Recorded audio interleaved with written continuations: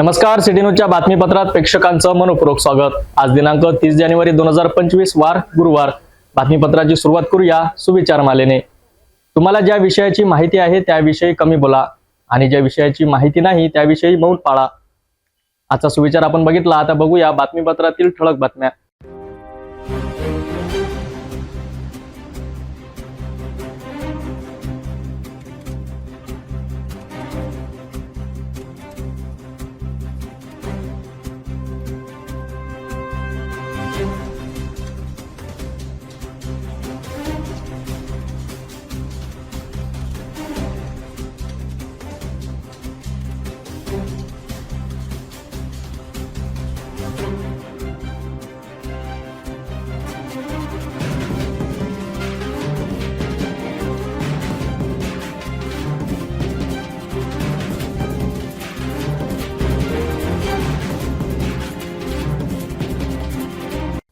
आपण ठळक बातम्या बघितल्या, आता घेऊया एक छोटासा ब्रेक।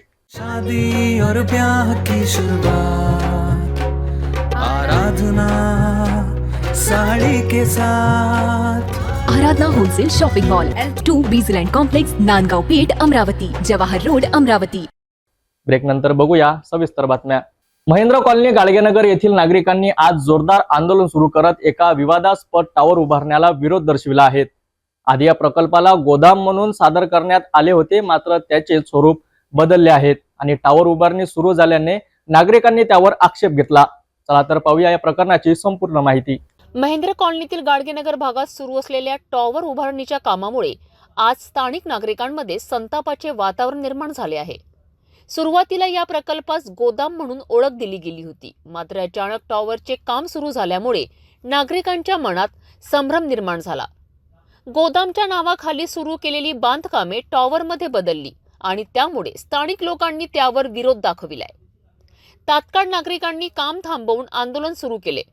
त्यांची प्रमुख मागणी होती की त्यांच्या सह्यांवर बेकायदेशीरपणे सही करण्यात आले आहेत आणि त्यांना याबद्दल कोणतीही माहिती देण्यात आलेली नाही। आम्ही कुठल्याही परवानगीच्या कागदपत्रावर सही केली नाही, आमच्या सह्या कुठून आल्यात, असा प्रश्न नागरिकांनी उपस्थित केलाय। बोला की मी 500 लोकांच्या सह्या आणल्या। अरे आमच्यापर्यंत कोणी आलं नाही, सह्या नाही घेतल्या, प्रत्येकाच्या सह्या आणल्या कुठून? त्या दाखवा कोणाकोणाची नावं आहे। तर आम्हाला कोणालाच विचारलं नाहीये, न विचारता हे काम उभं केलंय त्यांनी। त्यांचं काम होतं आम्हाला विचारायचं होतं ना। अरे ते स्वतः इथे राहत नाही आणि ते टावर उभं करून राहिले। आमच्या आजूबाजूला घर आहे, हा विचार केला का आमचा? लहान मुलं आहे, सगळं शाळा आहे, शाळेतले मास्तर सुद्धा आले ते लेकरांना घेऊन सगळ्यांना इथे टावर पाहिजे नाही म्हणून। तर दुसरीकडे या प्रकरणाचे गंभीर स्वरूप लक्षात घेत जिल्हाधिकारी, स्थानिक आमदार, खासदार, मनपा, पोलीस आयुक्त, गाडगेनगर पोलीस निरीक्षक आणि एअरटेल कंपनीचे संचालक यांना निवेदन देण्यात आले। तरीही प्रत्यक्ष काम सुरू झाल्यामुळे संतप्त नागरिकांनी काम बंद पाडलेत। घटनास्थळी गाडगेनगर पोलीस दाखल झाले असून तणाव निर्माण झाल्यामुळे परिस्थिती नियंत्रणात आणण्यासाठी पोलीस यंत्रणा सक्रिय आहे। स्थानिक अधिकारी, खासदार, आमदार आणि संबंधित कंपन्यांनी यावर चर्चा सुरू केली आहे। हा जो म्हणजे त्याचं नाव काय विजू बंदिरके आला, तोच काम करून आला इथं। आणि त्यानं मला असं म्हटलं की हे वावरात टावर मंजूर झालेलं आहे, तिथं पैसे कमी भेटते म्हणून ह्या प्लॉटवर त्यानं 1 वर्षासाठी काय इथं करायचं। कंपनी काय एवढी काय चुत्या काय 1 वर्षासाठी एवढा खर्च करून आणि नंतर मग वावरात 1 वर्षात जात असते काय? आणि शेजारचे म्हणते सह्या घेतल्या, म्हणते सगळ्याच्या, कोणाच्या सह्या घेतल्या आम्हाला दाखवा बा ते काय, आणि तुम्हाला मंजुरात कुठून भेटली काय? ऑनलाईन मंजूर घेतली म्हणते। हां काही हे आहे काय? म्हणजे इच्छा लोकांचे काहीच कोणाला मालूम नाही, काही नाही। हां चोरून करून आला तो। हां हे दुखवण गिकवण येणे जाणवायला त्रास होऊन राहिला सगळं काही। हां आता पाहायला लागते।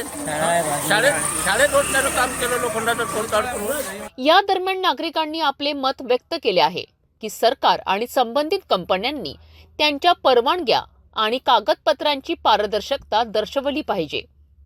ते म्हणतात की आम्हाला गोदामाचे आश्वासन दिले गेले होते, परंतु अचानक बदललेल्या परिस्थितीमुळे आम्हाला धोका वाटत आहे।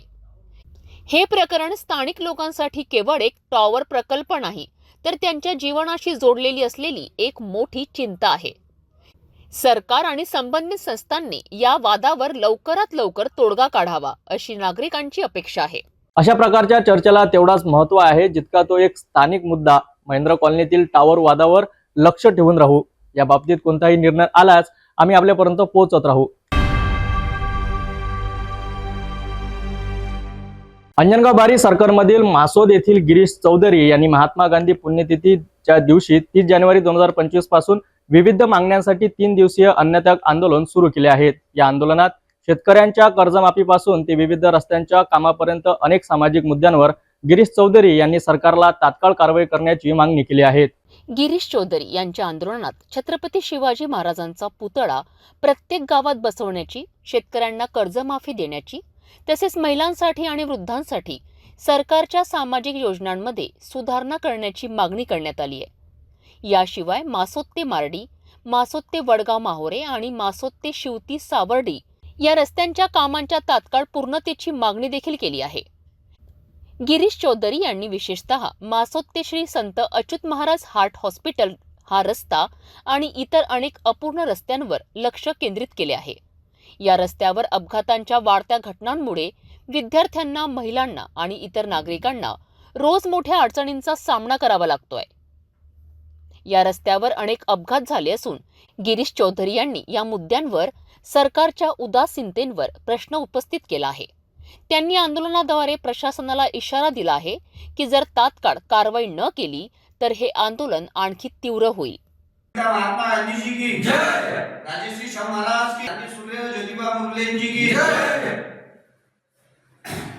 स्वामी विवेकानंद जी की जय, मौलाना आजाद जी की जय. आज थोडासा स्टॉप कर. आज दिनांक हुतात्मा दिन व तसेच राष्ट्रपिता महात्मा गांधी यांच्या पुण्यतिथीचा दिवस आहे. या अनुषंगाने मासोदातील 18 मागण्यांसाठी, मासोद राजुरा ग्रामपंचायतमधील 18 मागण्यांसाठी आणि शासकीय मागण्यांसाठी उपोषणाचा पहिला दिवस तिची सुरुवात झालेली आहे. आणि शेतकऱ्यांची माफी असो, राजुऱ्याच्या भरपूरच्या जागेसाठी इथं जी जागा आहे त्याच्यावर केलेल्या अतिक्रमणांच्या विरोधात असो, रस्त्याच्या मांडी आणि या रोडवरचं असो, या सर्व गोष्टींसाठी, या सर्व मागण्यांसाठी शासनाकडे पंतप्रधानपासून तर कृषी मंत्री, पालकमंत्री या सर्वांचे निवेदन आज दिलेले आहे. आजपासून ते उपोषणाला सुरुवात झाली. भारत माता की जय. गिरीश चौधरी यांनी दिलेला इशारा आणि त्या विविध मागण्या आज समाजातील अनेक मुद्द्यांवर प्रकाश टाकतात. या आंदोलनाद्वारे त्यांनी सरकारला आपल्या कार्यक्षमता आणि न्यायाची मागणी केली आहे. अमरावती शहरातील प्रवाशांसाठी आजचा दिवस अडचणीचा ठरला आहे. मुख्य बस स्थानक आगारातून सुटलेली शिवशाही बस क्रमांक MH09 EM 1627 अचानक फेल झाली आणि यामुळे राजकमल चौकात मोठी वाहतूक कोंडी झाली होती. प्रवाशांना नाहक त्रास सहन करावा लागला. या घटनेने पुन्हा एकदा MSITCच्या तांत्रिक व्यवस्थेवर प्रश्नचिन्ह निर्माण केला आहे. पाहूया हा संपूर्ण अहवाल. अमरावती शहरात MSRTCच्या शिवशाही बसचा प्रवास आज त्रासदायक ठरला आहे. मुख्य बस स्थानकातून सुटलेल्या MH09 EM 1627 या बसचा अचानक गिअरबॉक्स बंद पडल्याने बस राजकमल चौकात फेल पडली. या घटनेमुळे वाहतुकीची मोठी कोंडी निर्माण झाली आणि प्रवाशांना प्रचंड गैरसोयीला सामोरे जावे लागले. अमरावती शहरातील हृदयस्थळ म्हणून राजकमल चौक उल्लेखला जातो. शहरातील अत्यंत वर्दळीचा चौक असलेला हा या ठिकाणी बसचे फेल पडणे म्हणजे नेमकी वाहतुकीची मोठी कोंडी इथे निर्माण झाली असेल. वाहतूक पोलीस आणि कर्मचाऱ्यांच्या सतर्कतेमुळे अनुचित घटना तर टळली. बस नागरिकांनी धक्का देऊन साईडला लावण्यात आली, ज्यामुळे वाहतूक पुन्हा सुरळीत झाली. मात्र वारंवार होणाऱ्या तांत्रिक समस्यांमुळे महामंडळाच्या बस व्यवस्थापनावर प्रश्नचिन्ह उभे राहिले आहे. प्रवाशांच्या सुरक्षिततेबाबत अधिकाऱ्यांना कोणतेही गांभीर्य नाही का, अशी विचारणा आता होत आहे. अशा भंगार बसेस रस्त्यावर धावणे म्हणजे प्रवाशांच्या जीवाशी खेळ नाही का? ही परिस्थिती आणखी किती काळ चालणार हा मोठा प्रश्न आहे. प्रशासनाने यावर लवकरात लवकर उपाययोजना कराव्यात अशी मागणी प्रवासी करीत आहेत. अमरावती शहरात पुन्हा एकदा शिवशाही बसची तांत्रिक बिघाडामुळे प्रवाशांना त्रास सहन करावा लागला. वारंवार अशा घटना घडत असताना MSRTCच्या प्रशासन झोपीत आहे का हा प्रश्न नागरिक विचारत आहेत. प्रशासनाकडून यावर काय पाऊले उचलली जातात हे पाहणे महत्त्वाचं ठरेल. पुढील अपडेटसाठी पाहत रहा सिटी न्यूज.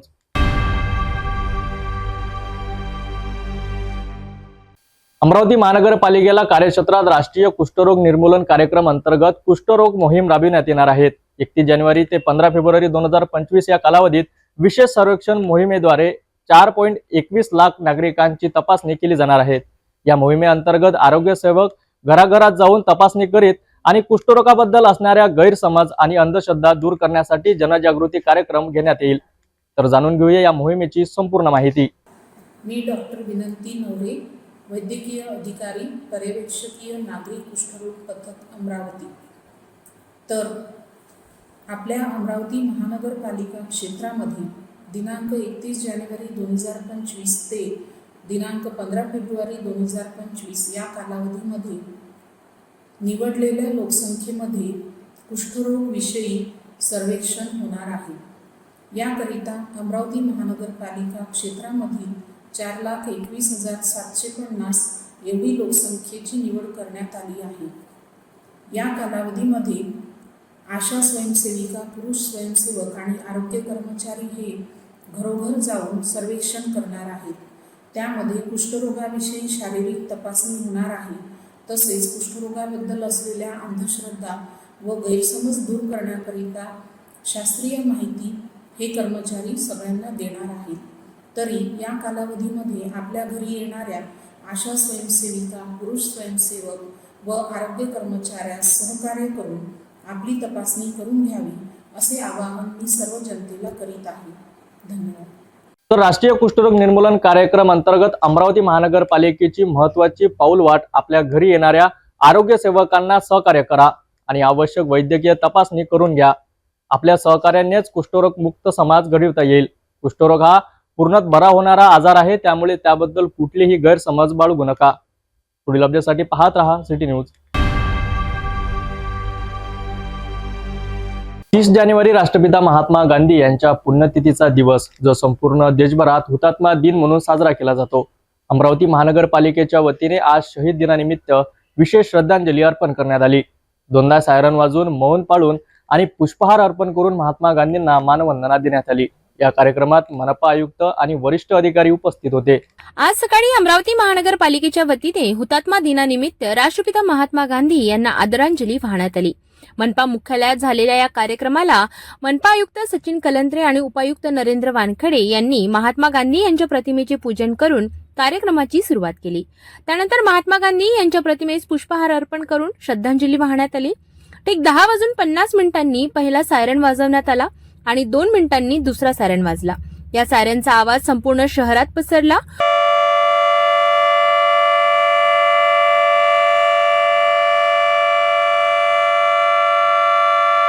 उपस्थित सर्व अधिकारी आणि कर्मचारी तसेच नागरिकांनी 2 मिनिटांचे मौन धारण करून महात्मा गांधी आणि इतर शहीदांना श्रद्धांजली अर्पण केली. महात्मा गांधी यांच्या पुण्यतिथीला दरवर्षी देशभरात हुतात्मा दिन म्हणून साजरा करण्यात येतो. 1948 मध्ये आजच्या दिवशी नथुराम गोडसेंनी महात्मा गांधी यांच्यावर गोळ्या झाडून त्यांची हत्या केली होती. त्यानंतर 30 जानेवारी हा दिवस हुतात्मा दिन म्हणून ओळखला जातो. आजच्या या हुतात्मा दिनाच्या निमित्ताने महात्मा गांधींच्या सत्य आणि अहिंसेच्या विचारांची आठवण ठेवणे आणि ते आपल्या जीवनात अंमलात आणणे हेच त्यांना खरी श्रद्धांजली ठरेल. 30 जानेवारी महात्मा गांधी पुण्यतिथी दिवस आणि यालाच हुतात्मा दिन म्हणून संपूर्ण भारत देशामध्ये साजरा केला जातो. हा हुतात्मा दिवस म्हणून अमरावती शहरातील अमरावती महानगरपालिका वतीने सायरन वाजवून आदरांजली वाहण्यात येत आहेत. दरवर्षीचा हा उपक्रम आहे. पुन्हा थेट दाखल झालो आहेत मनपा विभागाच्या या परिसरामध्ये. काही क्षणामध्ये आता सायरन वाजवून देणार आहेत आणि सायरन वाजवून हुतात्मा दिनी म्हणून महात्मा गांधी यांना आदरांजली वाहण्यात येणार आहे.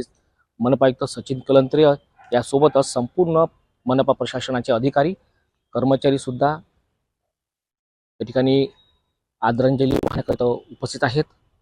काही क्षणामध्ये आता सायरन वाजून आदरांजली वाहण्यात येणार आहेत. 2 वेळा सायरन वाजवण्यात येणार आहेत. पहिला सायरन हा आदरांजली वाहण्याचा आणि शेवटचा सायरन हा आदरांजली संपण्याचा हा असेल. हुतात्मा दिन म्हणून 30 जानेवारी हा संपूर्ण भारत देशात महात्मा गांधी यांना पुण्यतिथी दिवस निमित्त आदरांजलीचा कार्यक्रम असतोय आणि मनपा प्रशासनाच्या वतीने दरवर्षी सायरन वाजवून आदरांजली वाहण्यात येत आहे. महात्मा गांधी यांच्या फोटोला पुष्पहार अर्पण करण्यात आलेला आहे. पूजन करण्यात आलेलं आहे. सचिन कलंत्री मनपा आयुक्त, नरेंद्र वानकडे मनपा उपायुक्त सोबतच संपूर्ण मनपा प्रशासनाचे अधिकारी कर्मचारी या ठिकाणी उपस्थित आहेत. इकडे तुम्ही सगळे गुजर राठोड इकडे या साईडला. 30 जानेवारी हा हुतात्मा दिन म्हणून संपूर्ण भारत देशात पाळला जातोय. महात्मा गांधी यांची पुण्यतिथी दिवस आणि या निमित्त गेल्या अनेक वर्षापासून महानगरपालिकांच्या वतीने सायरन वाजून महात्मा गांधी यांना आदरांजली वाहण्यात येत आहे. काय सांगाल, मनपा वतीने दोनदा सायरन वाजून आपण आदरांजली वाहण्यात अमरावती महानगरतर्फे महात्मा गांधीजींना आदरांजली वाहण्यासाठी आज सायरन वाजून त्यांना श्रद्धांजली वाहण्यात आलेली आहे. 30 जानेवारी महात्मा गांधी यांचा पुण्यतिथी दिवस आणि या दिवशीच महानगरपालिकांच्या वतीने गेल्या अनेक वर्षापासून 2 वेळा सायरन वाजून मौन धारण करून आदरांजली वाहण्यात येत आहे. आणि आजचा पुन्हा तोच दिवस म्हणजे महात्मा गांधी यांचा पुण्यतिथी दिन, हुतात्मा दिनच म्हणून संपूर्ण भारत देशात साजरा केला जातोय. या दिवशी अमरावती महानगरपालिका प्रशासनाच्या वतीने संपूर्ण अधिकारी कर्मचाऱ्यांनी मौन धारण करून आदरांजली वाहिली. 2दा सायरन वाजून महात्मा गांधी यांच्या पुण्यतिथीनिमित्त त्यांना आदरांजली वाहिली. त्यावेळी सादर करण्यात आली. Ajay Shringare, Patra, city news, Amravati. या श्रद्धांजली कार्यक्रमातून पुन्हा एकदा महात्मा गांधी यांच्या विचारांची आठवण करून देण्यात आली. त्यांच्या शिकवणींना पुढे नेण्याचा संकल्प आज आपण केला पाहिजे. अशाच बातम्यांसाठी पाहत रहा सिटी न्यूज. भेटूया एका छोट्याशा विश्रांतीनंतर. घर का सारा फर्नीचर दीमको और सीलन से बस 1 साल में खराब हो गया है. कोई बात नहीं, अब आपके घर की खूबसूरती बढ़ाने के लिए अम्बा मॉड्यूलर लाया है डेकोर प्लास्ट से निर्मित यूपीवीसी मटेरियल में घर के सभी फर्नीचर, वो भी जल रोधक, दीमक प्रूफ, गुणवत्ता पूर्ण, अग्निरोधी, पर्यावरण के अनुकूल, किफायती और 17 साल के वारंटी के साथ. मॉड्यूलर किचन, वार्डरोब, बेड, मंदिर, अलमारी, TV unit, study table, sliding अलमारी, ऑफिस फर्नीचर और अन्य सभी अब बनाइए आपके हिसाब से. फ्री विजिट और फर्नीचर डिजाइन के लिए आज ही विजिट करें अम्बा मॉड्यूलर, गोंड बाबा मंदिर के पास, MIDC से दस्तूर नगर रोड, अमरावती. डेकोर प्लास्ट के साथ एक कदम आगे. विश्रांतीनंतर पुन्हा आपले स्वागत. मूकनायक पत्रकार सन्मान सोहळ्याच्या आयोजनाची तयारी अंतिम टप्प्यात आली आहे. या वर्षीच्या सन्मान सोहळ्यात ज्येष्ठ पत्रकार संपादक ज्ञानेश महाराव यांनी राज्यस्तरीय मूकनायक पुरस्कार प्रदान करण्यात येणार आहेत. सोहळ्याला विविध क्षेत्रातील मान्यवरांची उपस्थिती सुद्धा लाभणार आहेत. मूकनायक पत्रकार सन्मान सोहळा दरवर्षी आयोजित केला जातो आणि यावर्षीही हा सोहळा 31 जानेवारी रोजी सायंकाळी 6 वाजता मातोश्री विमलाबाई देशमुख सभागृहात आयोजित करण्यात आला आहे. यावेळी ज्येष्ठ विचारवंत आणि साहित्यिक ज्ञानेश महाराव यांची प्रमुख उपस्थिती असणार आहे आणि त्यांचे व्याख्यानही आयोजित केले गेले आहे. मूकनायक पुरस्कार वितरण सोहळ्यात ज्येष्ठ पत्रकार संपादक नाटककार ज्ञानेश महाराव यांना राज्यस्तरीय मूकनायक पुरस्कार दिला जाईल. यासोबतच मूकनायक जीवन गौरव पुरस्कार दूरदर्शनचे प्रतिनिधी यशपाल वरठे, सामाजिक दायित्व पुरस्कार लोकमत मेळघाटचे प्रतिनिधी नरेंद्र जावरे, छत्रपती शाहू महाराज पुरस्कार द हितवाद जिल्हा प्रतिनिधी प्रवीण कपिले आणि सामाजिक न्याय पुरस्कार दैनिक विदर्भ मतदारचे क्राईम रिपोर्टर रवींद्र खंडारे यांना दिला जाणार आहे. या कार्यक्रमाला अध्यक्ष म्हणून ॲडव्होकेट दिलीप एडतकर उपस्थित राहणार आहेत आणि मुख्य अतिथी म्हणून सकाळ वृत्तपत्राचे समूह संपादक राहुल गडपाले हे उपस्थित राहणार आहेत. तसेच प्रमुख अतिथी म्हणून खासदार बळवंत वानखडे, आमदार सुलभा खोडके आणि आमदार रवी राणा उपस्थित राहणार आहेत. हा सन्मान सोहळा पत्रकारिता क्षेत्रातील योगदानासाठी एक महत्त्वपूर्ण कार्यक्रम आहे. यावर आम्ही पुढील अपडेट देत राहू आणि आपल्याला कार्यक्रमाचा भाग होण्याची संधी मिळेल.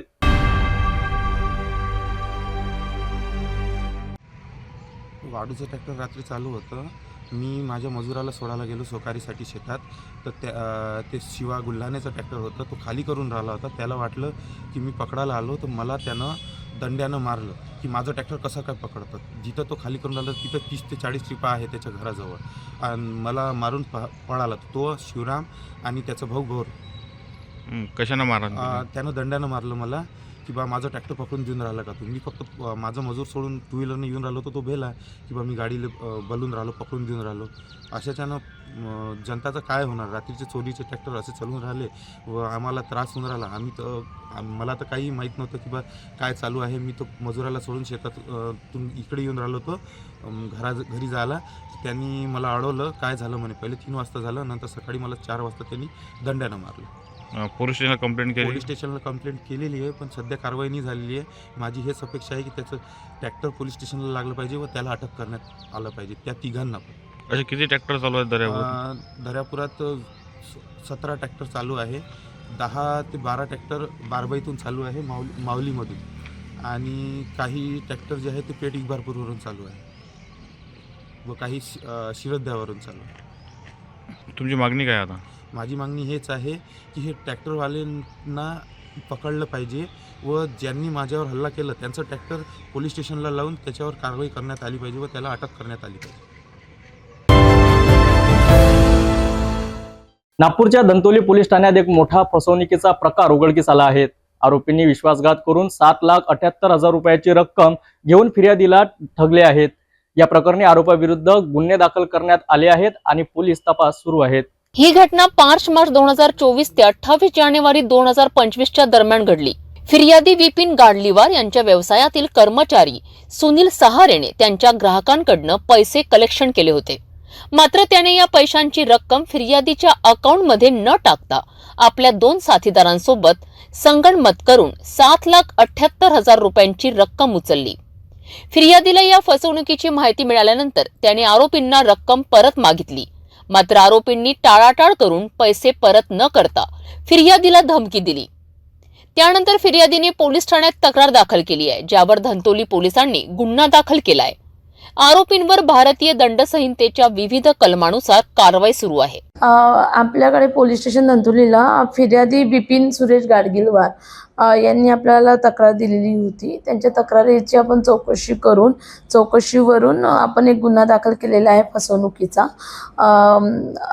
आरोपी आहे त्याच्यामध्ये सुनील मधुकर सहारे आणि राहुल मधुकर सहारे, मंगेश मधुकर सहारे यांनी लोकांना ग्राहकांना लोनचे पैसे जे EMI असतात ते EMIचे पैसे ते जमा करत होते, परंतु अकाउंटमध्ये न टाकता ते फसवणूक करत होते, ते गाळ स्वतःच करून. तर त्या बेसवर आपण हा गुन्हा दाखल केलेला आहे. अधिक तपास चालू आहे. मी सर्वांना हे असं आवाहन करणार आहे की तुम्हाला अशा प्रकारे कोणीही फसवणूक करत असेल तर तुम्ही खात्री करा, त्या गोष्टीचं बळी पडू नका आणि तुमची अशी फसवणूक झाली असेल तर कृपया पोलीस स्टेशनला येऊन तक्रार द्या. हा प्रकार एक गंभीर फसवणूक आहे, ज्यात आरोपींनी आपल्या विश्वासाचा गैरफायदा घेतला. तपास सुरू असून पोलिसांनी योग्य कारवाईची गती दिली आहे. अशी घटनांची पुनरावृत्ती होऊ नये यासाठी पोलिसांच्या कामकाजावर लक्ष ठेवले जाईल. नागपूरच्या गुन्हे शाखा युनिट क्रमांक 3 ने मोठे यश मिळवले आहेत. वाहन आणि बॅटरी चोरी करणाऱ्या 4 आरोपींना अटक करून 2,20,000 रुपयाचा मुद्देमाल जप्त केला आहे. या घटनेतील तपास पोलिसांच्या सूक्ष्म कार्यक्षमतेमुळे आणखी एक उघडकीस आलेली आहे. ही घटना 20 जानेवारी रोजी दुपारी 3 वाजताच्या सुमारास घडली आहे, ज्यावेळी फिर्यादी रजित दिलीप वानखेडे यांनी आपल्या मोटरसायकलला मेयो हॉस्पिटल समोर पार्क केले होते. तेथून कोणीतरी अज्ञात चोरट्याने त्यांच्या मोटरसायकलची चोरी केली आहे. या घडामोडींवर पोलिसांनी तपास सुरू केला आणि गुन्हे शाखेच्या युनिट क्रमांक 3 ने आरोपींना ताब्यात घेतले. आरोपींनी दिलेल्या कबुलीवरून त्यांनी चोरीच्या मोटरसायकल आणि इतर बॅटऱ्यांची चोरीही केली होती. पोलिसांनी तांत्रिक तपास करून आरोपींना पकडलेत. आरोपी राजा खान, जॉन्सन, संजय पाल, रमजान खान, बलदार आणि सोहेल रमजान खान हे एकत्रितपणे चोरीच्या विविध घटनांमध्ये सामील होते. त्यांच्या ताब्यातून 2,20,000 रुपयांचा मुद्देमाल जप्त केला गेलाय. आरोपींना लकडगंज पोलिसांच्या ताब्यात देण्यात आले आहे आणि पुढील तपास सुरू आहे. आशा आहे की या गुन्ह्याची उघडकीस आलेली बाब लोकांसाठी एक महत्त्वाची चेतावणी ठरेल. पोलीस यांच्याकडून अशा घटनांचा वेगवेगळ्या पद्धतीने तपास करून आणि कारवाई सुरू आहेत. याच प्रकारे आपल्याला आणखी एक सुरक्षा विश्रांतीची भावना मिळेल. आपण यापुढेही अशा ताज्या अपडेटसाठी आमच्याशी संपर्क साधू शकता. गिट्टी खदान परिसरात 17 वर्षीय अल्पवयीन मुलीने आत्महत्या केली आहे. या मुलीने आत्महत्येस प्रवृत्त करणाऱ्या तिच्या प्रियकर आणि त्याच्या प्रियसी विरुद्ध पोलिसांनी गुन्हा दाखल केला आहे. चिठ्ठीतील चोकस आणि थरारक शब्दामुळे या घटनेने संपूर्ण शहराला धक्का दिला आहे. चला पाहूया या प्रकरणाची संपूर्ण तपशील. गिट्टी खदान पोलीस ठाण्याच्या हद्दीतील एक धक्कादायक आत्महत्या प्रकरण समोर आले आहे. 17 वर्षीय अल्पवयीन मुलीने गळफास घेऊन आपली जीवनयात्रा संपविली आहे. तिच्या आत्महत्येस कारणीभूत असलेल्या घटकांविरुद्ध पोलिसांनी त्वरित गुन्हा दाखल केलाय. आत्महत्या करण्यापूर्वी मुलीने एक सुसाईड नोट लिहिली होती. या सुसाईड नोटमध्ये तिने आपल्या प्रियकर पवन आणि त्याच्या प्रियसी बबिता यांच्यावर गंभीर आरोप केले आहे. मुलीने लिहिलेल्या चिठ्ठीत म्हटले आहे की मम्मी पापा, मी तुमच्यावर खूप प्रेम करते. पवनने माझा वापर केलाय, माझे शारीरिक शोषण केले. त्याची प्रियसी बबितानेही माझा मानसिक छळ केलाय. दोघांनी मला खूप टॉर्चर केले. पोलिसांनी या सुसाईड नोटच्या आधारे पवन आणि बबिता विरुद्ध बलात्कार आणि आत्महत्येस प्रवृत्त करण्यासह विविध कलमांन्वये गुन्हा दाखल केलाय. डीसीपी राहुल मदने यांनी या प्रकरणावर अधिक माहिती दिली आहे. पोलिसांनी या प्रकरणी अंमलबजावणी सुरू केली आहे आणि आरोपींना लवकरच अटक होण्याची शक्यता आहे. या थरारक घटनेमुळे संपूर्ण शहरात गडबड आणि शोक व्यक्त करण्यात आलाय. स्थानिक नागरिक, महिला संघटनांनी या प्रकरणी सरकारकडून कठोर कारवाईची मागणी केली आहे. त्यानंतर पीडितेच्या कुटुंबियांनीही पोलिसांसोबत संपर्क साधला असून त्यांच्या मुलीच्या मृत्यूस कारणीभूत असलेल्या दोषींविरुद्ध कठोर कारवाई करण्याची मागणी केली आहे. उसमें सुसाइड नोट भी मिली है हमको. सुसाइड किया है वो लड़की ने, जो कि 17 साल की है. उसके बाद हमने ऑफेंस रजिस्टर किया है, वो पॉक्सो का ऑफेंस रजिस्टर किया है, और हैंगिंग का जो आत्महत्या के लिए उन्होंने प्रवृत्ति किया है और उनके कारण आत्महत्या किया है. जो 2 आरोपी है उसमें 2 ही आरोपी को हमने गोंदिया से अरेस्ट किए आज सुबह ही, और उसमें इन्वेस्टिगेशन शुरू है. वो तो इन्वेस्टिगेशन का पार्ट है, हम ऐसा बता नहीं सकते आपको, लेकिन जो लिखा है उसके बारे में हमने FIR रजिस्टर की है और उसके जो हमारे आयो इन्वेस्टिगेशन कर रहे हैं. या धक्कादायक प्रकरणाने संपूर्ण शहराला हादरून टाकले आहेत. बलात्कार आणि मानसिक छळामुळे एक तरुण जीव गमावा लागला. यावर कठोर कारवाई करण्याची गरज आहे. नागरिक आणि कुटुंबियाच्या हक्कासाठी न्याय मिळवणे अत्यंत महत्त्वाचे ठरेल. आम्ही या प्रकरणावर लक्ष ठेवून राहू आणि पुढील तपशील आपल्यापर्यंत पोहोचत राहू. नागपूर शहरात परकीय नागरिकांवर पोलिसांची मोठी कारवाई करण्यात आली आहे. बांगलादेशी नागरिक अनधिकृतरित्या वास्तव्य करीत असल्याची गोपनीय माहिती मिळाल्यानंतर यशोधरा नगर पोलिसांनी 2 जणांना अटक केली आहे. चला पाहूया संपूर्ण रिपोर्ट. 29 जानेवारी 2025 रोजी नागपूरच्या यशोधरा पोलिसांनी मोठी कारवाई करत 2 बांगलादेशी नागरिकांना अटक केली. पोलिसांना मिळालेल्या गुप्त माहितीनुसार इंदिरा माता नगर, कांजी हाऊस आणि टिपू सुलतान चौक परिसरात अनधिकृतरित्या वास्तव करणाऱ्या आरोपींचा शोध घेण्यात आला. पोलिसांनी चौकशी केली असता आरोपींकडे भारतात वास्तव्याचे कोणतेही अधिकृत कागदपत्र नव्हते. त्यामुळे त्यांच्या विरुद्ध पारपत्र म्हणजेच भारतात प्रवेश नियम 1950, परकीय नागरिक आदेश 1948 आणि विदेशी व्यक्ती अधिनियम 1946 अंतर्गत गुन्हा दाखल करण्यात आला आहे. ही कारवाई पोलीस उपायुक्त राहुल माकणीकर, सहाय्यक पोलीस आयुक्त बंडीवार, पोलीस निरीक्षक सुहास राऊत यांच्या मार्गदर्शनाखाली पार पडली. या मोहिमेत दहशतवादी विरोधी पथकाच्या अधिकाऱ्यांनीही सहभाग घेतला. सदर आरोपींना पुढील चौकशीसाठी पोलिसांच्या ताब्यात ठेवण्यात आले आहे. यशोधरा नगर पोलीस स्टेशनच्या हद्दीमध्ये गोपनीय माहिती मिळाली. त्यावरून ATS चे पथक, तिथले अधिकारी आणि अंमलदार, त्याचप्रमाणे स्पेशल ब्रँचचे अंमलदार आणि पोलीस स्टेशनचे ATS चे काम पाहणारे अधिकारी अंमलदार यांना सदर गोपनीय माहितीची खात्री करण्याकामी की पोलीस स्टेशनच्या हद्दीमध्ये बांगलादेशी नागरिक राहत आहेत अशी माहिती मिळाल्याने ती खात्री करण्याकामी सर्व टीम ही संयुक्तपणे तिथे जाऊन त्याबाबत खात्री केली आणि खात्री करून त्यांना पोलीस स्टेशनला आणून त्यांना विचारपूस करून त्यांची माहिती घेतली असता त्यांच्याकडे काही बांगलादेशाचं जे इमो ॲप आहे ते इमो ॲप वरून इंटरनॅशनल कॉलिंगसाठी वापरतात. त्यांचे आई वडील हे बांगलादेशामध्ये राहतात आणि त्यांना बोलण्यासाठी, कॉलिंग करण्यासाठी हे ते ॲप वापरलं जाते जनरली. तर अशा बऱ्याच ज्या बांगलादेशी कनेक्टेड गोष्टी होत्या त्या त्यांच्याकडे मिळाल्या आणि त्यावरून त्यांच्यावरती भारतीय म्हणजे विदेशी व्यक्ती अधिनियम कलम 14 प्रमाणे, तसेच पारपत्र कलम 3(6) आणि परकीय नागरिक आदेश कलम 3(1) अन्वये त्यांच्यावरती गुन्हा दाखल करून पुढील तपास करून आणखी याच्या व्यतिरिक्त आणखी किती बांगलादेशी यांच्यासोबत महाराष्ट्रामध्ये किंवा भारतामध्ये आलेले आहेत आणि ते कुठे कुठे वास्तव्यास आहेत या गोष्टीसाठी त्यांना मान्य न्यायालयासमोर हजर केलं असता त्यांचा 7 दिवसाचा पोलीस कस्टडी रिमांड मिळालेला आहे आणि पुढील तपास चालू आहे. सध्या तर मिळालेल्या माहितीनुसार जे आरोपी आहे अब्दुल रफिक हमीद खान आणि मोहम्मद सलीम अब्दुल हमीद हे दोघेही भाऊ आहेत आणि तपासामध्ये जसे निष्पन्न होतील त्याप्रमाणे आणखी जर माहिती मिळाली तर खात्री झाल्यानंतर त्यामध्ये वाढ होऊ शकेल. नागपूर पोलिसांनी केलेली ही कारवाई शहराच्या सुरक्षेच्या दृष्टिकोनातून अत्यंत महत्त्वाची मानली जात आहे. अनधिकृतरित्या राहणाऱ्या परदेशी नागरिकांविरुद्ध अशाच प्रकारच्या कारवाईसाठी पोलीस सज्ज असल्याचे संकेत दिले जात आहेत.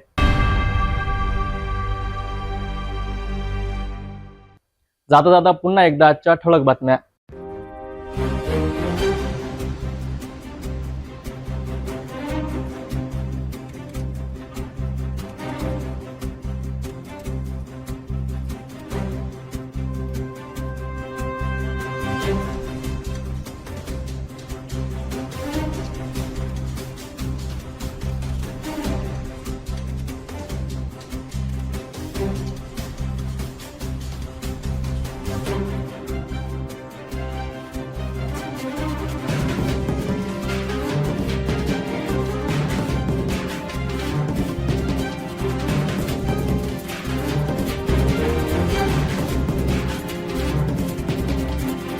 आपण आता सिटी न्यूज चॅनल आपल्या टीव्हीवर सुद्धा बघू शकता, ज्यामध्ये next channel number 117, Jio channel number 872, JTPL channel number 73, RRC 899, Fastway channel number 256, city cable channel number 92 वर.